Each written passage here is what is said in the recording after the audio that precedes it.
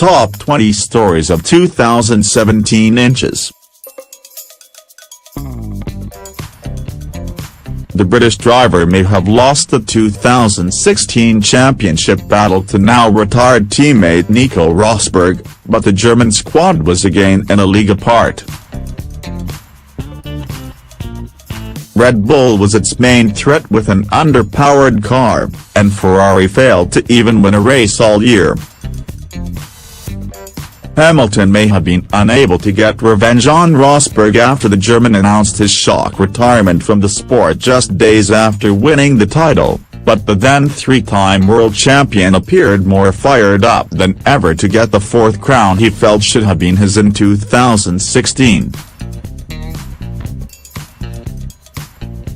A determined Hamilton with a new teammate in Valtteri Bottas, an impressive-looking new car, and an improved engine left everybody feeling 2017 would be a cakewalk for the Briton. However, Ferrari's decision to give up on 2016 early to focus on fighting back this year paid off early on, as the Italian team already looked like a real contender in pre-season testing. Despite Hamilton grabbing a rather comfortable pole position in the season-opening race in Australia, it was Sebastian Vettel who went on to win the race, and on merit, to show that the Brunello outfit finally had a car to match the Mercedes.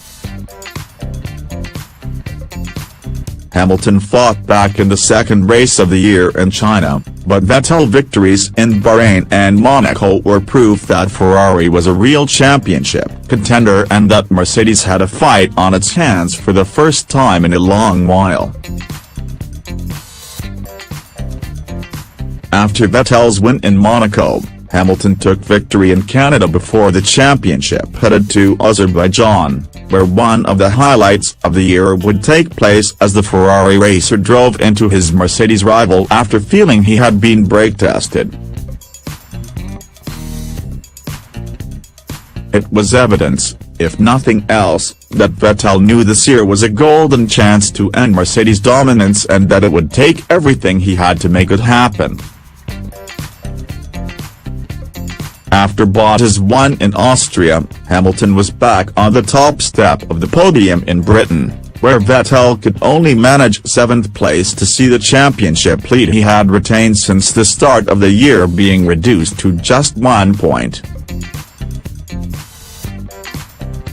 Then came Hungary, where Vettel, struggling with a car that wasn't working 100%, scored an unlikely win, mainly courtesy of Kimi Räikkönen, as Hamilton settled for 4th position, having given up a podium slot to Bottas after the Finn had let him through in order to try to pass Räikkönen. As it turned out, the Hungarian weekend was the turning point of the season. It was after the summer break when Hamilton stepped his game up a notch and, perhaps more importantly, Mercedes started to show it continued to hold the upper hand in the development race. Hamilton went on to take consecutive wins in Belgium, Italy and Singapore, in the process moving to the top of the standings for the first time. He was second to Verstappen in Malaysia, but won again in Japan and the US as Vettel's championship challenge faded quickly thanks to a series of reliability problems and the infamous Singapore GP crash. 6 races after his win in Hungary, Vettel's hopes were all but gone, with Hamilton cruising to his 4th title, which he clinched, ironically, with the 9th place finish in the Mexican Grand Prix. Vettel ended his miserable winless run in Brazil, where he took his 5th and final win of the year that had promised so much early on but that ended in yet more disappointment for Ferrari.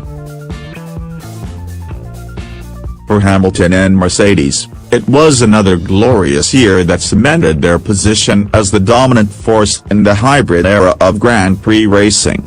The question now is who stops them in 2018.